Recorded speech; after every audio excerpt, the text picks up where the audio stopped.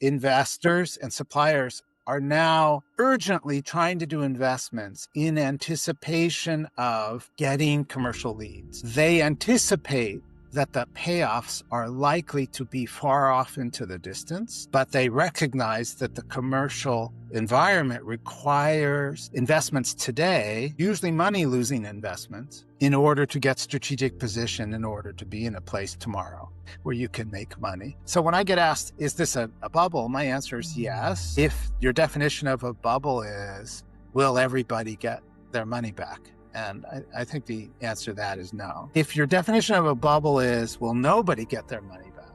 Well, I'm not sure we're in that territory yet. If we're going to get into bubble problems, it's that these very large data centers are going to cost billions of dollars to operate, and in a real-time way need to generate billions of dollars of revenue to pay off the operating expense, make money above that operating expense to pay back the debt, and get us back to a place that's whole. Hey, let's welcome Dr. Shane Greenstein, professor at Harvard Business School, who specializes in the economics of digital technology and the internet. Welcome to the show, sir, and good to see you. Thank you for having me. It's a pleasure to be here. Absolutely. All right, well, let's start with your story and how you became professor at Harvard Business School. What led you to, pursue career in education, and what's your original background? I guess I have two contradictory instincts in me. One is to get deep into a topic, immerse myself in it, find every potential angle. And the other is to get to the bottom line quickly and explain things, which is just the opposite. And the latter makes me a teacher. Prioritize what you see, try to show people what's important, have a engage in conversation with them. The former makes me a writer and a researcher. I just love getting deep into topics, finding out new things that no one else has found out. And so that made me a professor. And then I'm fortunate enough to pick the topic that somebody else found interesting. I've been lucky to be employed, and I feel grateful to have this job. It's just a wonderful job to have. And 10 years ago, Harvard came and asked if I wanted to move, and I looked into it, and then, yeah, it's a good job, so I moved. And did you always want to become a professor or get the PhD, or what was your No, it's almost certainly the first 20 years of my life. I had no idea that I would go down this path. The predominant view of the people I grew up with was to become a lawyer. That was what everyone aspired to around me, which is sort of funny since I didn't know any lawyers and had no idea what the law involved. And when I got to college, I looked into it a little bit and realized that probably wasn't for me. I was always a good student. And I kind of looked around. I think most people go through these moments where you're trying to find a path. And I've always had a soft spot for technology and innovation, and always had a soft spot for economics, believe it or not. I got more and more interested and started going down that path and applied for a PhD and enjoyed it a great deal, had a lot of affirming things that said this was a good path for me. And I've stayed on it ever since. Yeah, and you've had a chance to either study at or be a professor at at least five different universities at Yes. Berkeley, Stanford, University of Illinois, Kellogg School of Management, Harvard Business School. So you have this unique perspective because you've been through to so many institutions and spent some time there. So why did that happen in the first place, and what you learned from these different environments? Well, I grew up in the San Francisco Bay Area. My father is a CPA, or it's passed away now. It was an accountant and in Fremont and Palo Alto, and had many connections into the old generation of Silicon Valley that's no longer around. And I just grew up with that, so didn't realize anybody cared, honestly. It's just what I grew up with. I went to Berkeley because it was the local school. Went to Stanford because the thing I wanted to study at the time, they did pretty well. And there were a lot of people there who were studying innovation and technology and history of that, which I found very interesting. I would have stayed in California had somebody hired me, but I got a job where I got a job. When you become a professor, you just go where the students are and where there's an opening. The University of Illinois had an opening that has an engineering school. So I got a combination of business, economics, and engineering students. Wonderful place to teach. I'm very happy teaching there. Um, and quite honestly, just life intervened. I got engaged and married, and my spouse worked in Chicago, and that gave me reason to look into moving. And Northwestern Business School, that's Kellogg School of Management, was looking for somebody to teach technology strategy at the time, and I was available. And so I moved, and that worked out really well for 18 years. And then, as I said, Harvard called, and I was ready for a change, and they offered me a really wonderful job doing this for 10 years. And did you have a mentor or mentors who help you along the way with your career and this path that you have been on? Maybe your Yes. own professors or Yes, very much.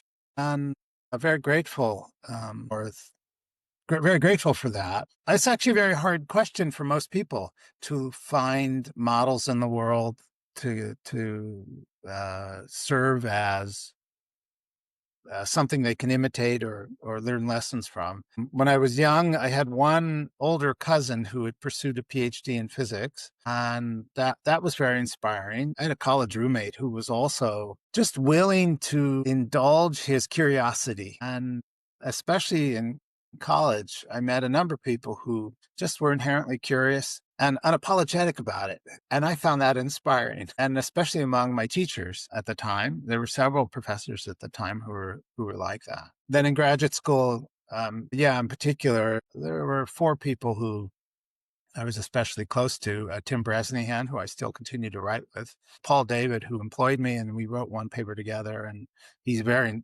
inspiring character, since passed away. Nate Rosenberg, who's also an economic historian like Paul David, and has since passed away as well. Really elegant writer. And Roger Knoll, who is well known in the telecommunications world. And I would say those four were probably the most inspiring to me. Mhm.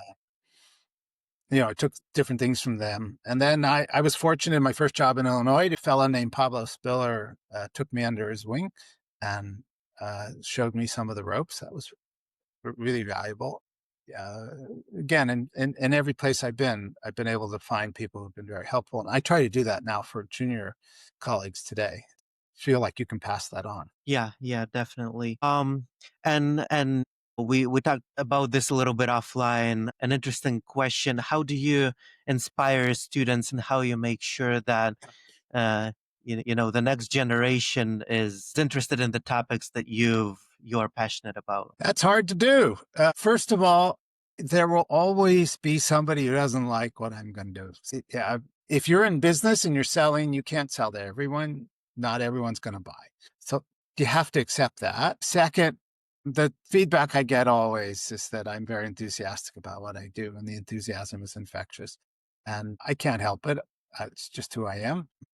Part of that comes from being grateful for having this job. I get paid to do this wonderful thing and follow curiosity, and then confront the challenges of translating all that deep dive into a small, compact delivery, into a 80-minute engaging session in which we pass on lessons to students and try to inspire them to ask the same questions. So some of it is I'm enthusiastic. Some of it is really, there's a lot of hard work that you don't see.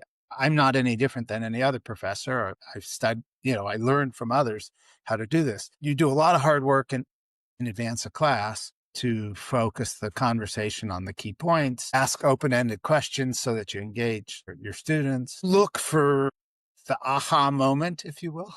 I happen to like the fun fact that you can focus on, and then you can understand a broad set of broad patterns from. Can I give you an example? Yeah, So sure. at the moment, I'm writing a book about commercial breakthroughs. So to give an example, the microwave oven is a wonderful example where you can start from something very small and get a broad pattern from it. And you can go all the way from the microwave oven to automated vacuum cleaners like a Roomba. So start with the microwave oven. Most people don't know this. Microwaves were not studied very much until World War II. In 1945, there was a researcher who noticed that the chocolate in his pocket had melted.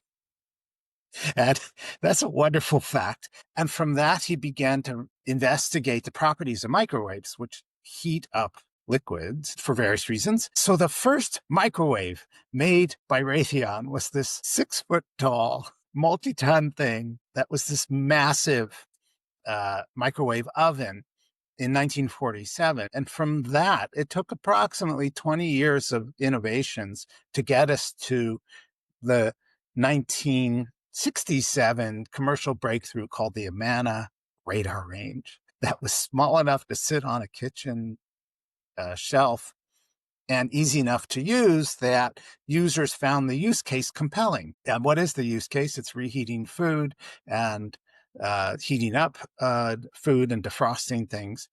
And it was cheap enough that it started to become popular. Most of the microwaves, make a long story short, most of the microwaves we use today use most of the same elements that were present in that 1967 design. So that pattern of going from a period of exploration to a design that becomes compelling for a large number of users, and that becomes a commercial breakthrough, that's what I'm looking at. It turns out that's a great example to take us to say vacuum cleaners, automated vacuum cleaners. The first ones were $3,000 and $1,500. They showed off. A couple people bought them, but they weren't really made for volume. And then we got competition in prototypes that generated the commercial breakthrough that we know today, the Roomba, which was a 2002 product. And if you look at many of the automated vacuum cleaners that came after, they imitate those designs. So that's just to give you an example. I love to use examples like that to show you this broad pattern. And that broad pattern characterizes an enormous number of commercial breakthroughs. You see the same things in the beat at which things change, the emergence of a product that becomes a model for all the things that come later, has wide appeal. That describes an awful lot of new products in commercial electronics over the last 50 years. So I could go on, but that's just to give you an example. Yeah, that's great. Thank you for sharing this. So while we're on this topic of innovation and technology, what do you think about AI and its impact on the future of the economy and technology, and how it's going to change our lives? Everyone goes there today, doesn't it? AI is our topic. So again, I'm writing about commercial breakthroughs. If you'll forgive me, can I put it in that frame? AI has taken on a pattern of a specific kind of commercial breakthrough. So this is what I would call a gold rush or a technology gold rush. So in a technology gold rush, you get a discovery, just like discovery of gold. You get a discovery that nobody saw coming. Sometimes even those who discover it didn't know it was coming. What is it they usually discover? They usually discover a series of features in a prototype product or service that has wide appeal. Again, going back to this notion of commercial breakthrough. Now, commercial breakthroughs can draw on a lot of technical breakthroughs. And in the case of large language models, the core technical breakthrough that large language models are drawing on are two principally, but there's a number of other ones that are pretty important. But the two principal ones are transformers, which was a 2017 invention, and then neural networks, which the large-scale neural nets, which was a 12 invention. So we're drawing on a technical breakthrough. And in particular, we can now go into detail. OpenAI was doing prototype competition. So they would put out different prototypes to see how they were received. And that's very typical of what we see in just prior to technology waves. We see a number of different firms putting out prototypes where they don't know what's going to work. OpenAI was doing that, and they were deliberately trying to put out as many as possible because they didn't know what was going to work, and they were quite worried about being beaten by somebody else to the commercial breakthrough. They were behaving in a way that understood that this was where things were likely to go. So they, as everybody knows, they come out with ChatGPT, what we today call ChatGPT 3.5. That happens in late November of 2022. The thing about that, if you look at their own behavior, it's very clear they didn't even know if it was going to work. So it's a commercial breakthrough exactly like a technology gold rush. You have a discovery both by them and by anybody watching. So investors, buyers, all other suppliers recognize within a week that they have found a combination of features and characteristics that have wide appeal. So what typically happens in those sorts of environments? Well, if you're old enough, you've lived through a few technology gold rushes.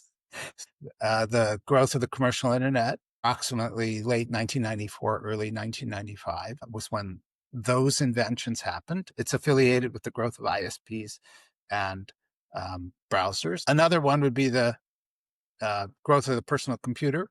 That was another technology gold rush affiliated with IBM's PC, and earlier than that, the unveiling of the Apple II. Just to give you examples, this is not the first time we've seen a technology gold rush.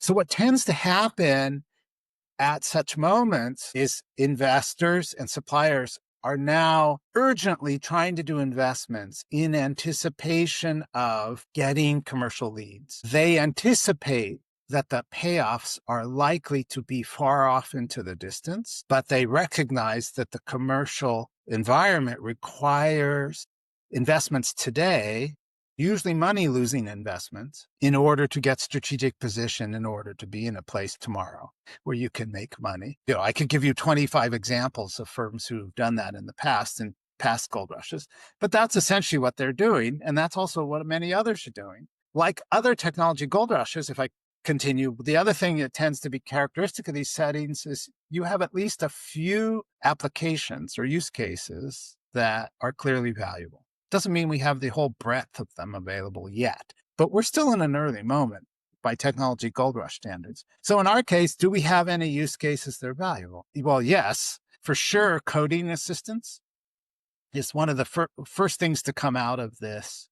That's clearly valuable. It's widely adopted in the coding world. Fortunately, that's still only 2% of the labor force. That's a narrow, by macroeconomic standards, that's a narrow application. But that to give you an example. Another use case that seems to be pretty valuable is writing assistance, creative writing assistance, and research assistance. Again, pretty narrow part of the economy, but we believe that one will continue to generate value. A third one is artistic idea generation, which is pretty valuable in advertising and a lot of product design, architecture, and a number of other areas. So we see that application starting to be played out now too. That's not the whole economy, but it's something. And then there are a number of other use cases where I think the things are still pretty raw. We don't know yet if they're going to be very valuable. So why are we seeing this? This is not unusual for the first couple of years after a technology gold rush. It's very urgent investment to try to create value. Yeah, and thank you for sharing this great perspective. And what's interesting about AI is that once you have a model, it seems like how good the model is somewhat proportional to the computing power you have and how much you can train this model to the vast amount of data that we have on the internet. As you said, a lot of investors put money into this and it's not profitable yet. Many of these companies are not profitable. They look into the future. This trending idea of this question, is AI a bubble and is it gonna follow the same path as we saw in the early thousands with .com crisis and similar examples. So with your unique perspective, where do you think we're going with AI investments, and is AI really a bubble? Great question. So let's start with the premise. Sort of two things. There's the application side and there's the finance side. So let's start with the application side. So the premise is the often observed remark that the larger the training model, the better the model seems to be in its performance. So one open question, I think the DeepSeek really framed this question well, is whether there are specific and narrow applications that don't require a general model. So they're 97% as good, but much less expensive to develop. And again, coding assistance is probably the use case for a narrow training data set. Many chatbots for narrow purposes are like this as well. Like a legal chatbot doesn't need to read Shakespeare. It just has to read legal documents. So an interesting open question is whether the value of pushing out the size of the model will come up against competition from these much more narrow applications. And the narrow applications will generate a substantial part of the value or not. There's a reasonable open question if you were thinking 3 to 5 years out. So that's one. So that's just to think about the uncertainty. The second thing has to do with who's financing the build out. So you look at who's doing the build out. Most of the build out today comes from the big seven, and really only 5 of the big 7. So let's just name them: Amazon and AWS, Google and Google Cloud, Microsoft and Microsoft Azure, Facebook and the Facebook models. Oops, and I'm missing one. Oh, and OpenAI. Those 5 principally account for most of the data centers that are being built. They're not the only ones, to be fair about it. There are some other independent data centers that are also being built for independent models, but those 5 are where the big investments are coming. And those 5 all have different motive. So Google clearly is doing this to help its already existing businesses and potentially develop a new one.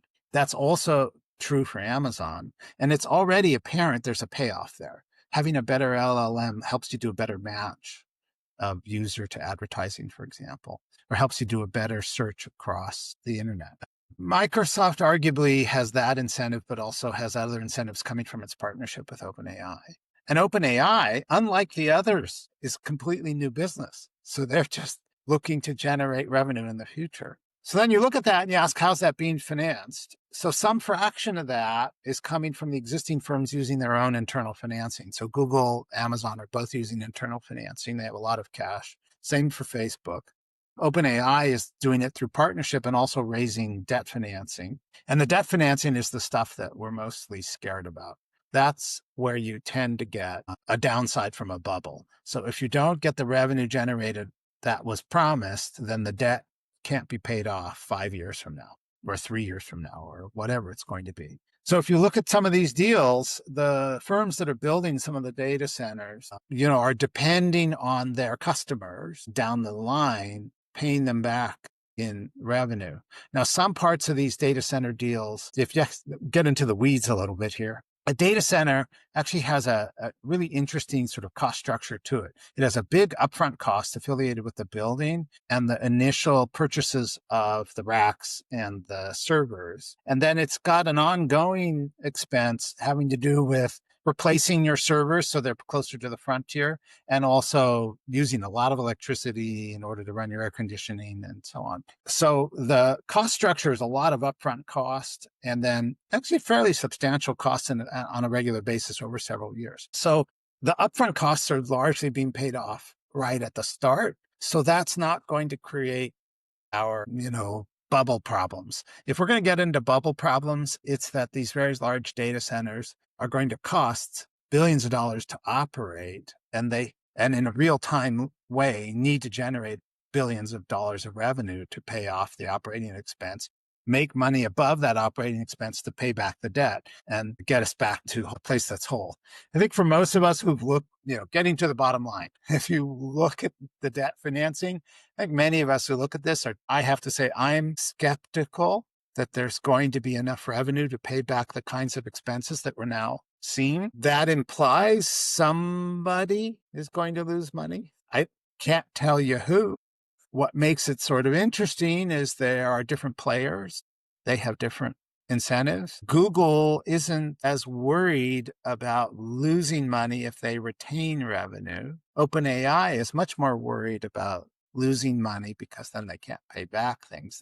They're facing a different set of constraints. I didn't mention Oracle. They're building out a bunch of data centers, partly for their own business, which is a cloud business, and partly also for others. That's, again, sort of this mixed incentive, both new business and old. So that makes this a very interesting example. Who's going to be left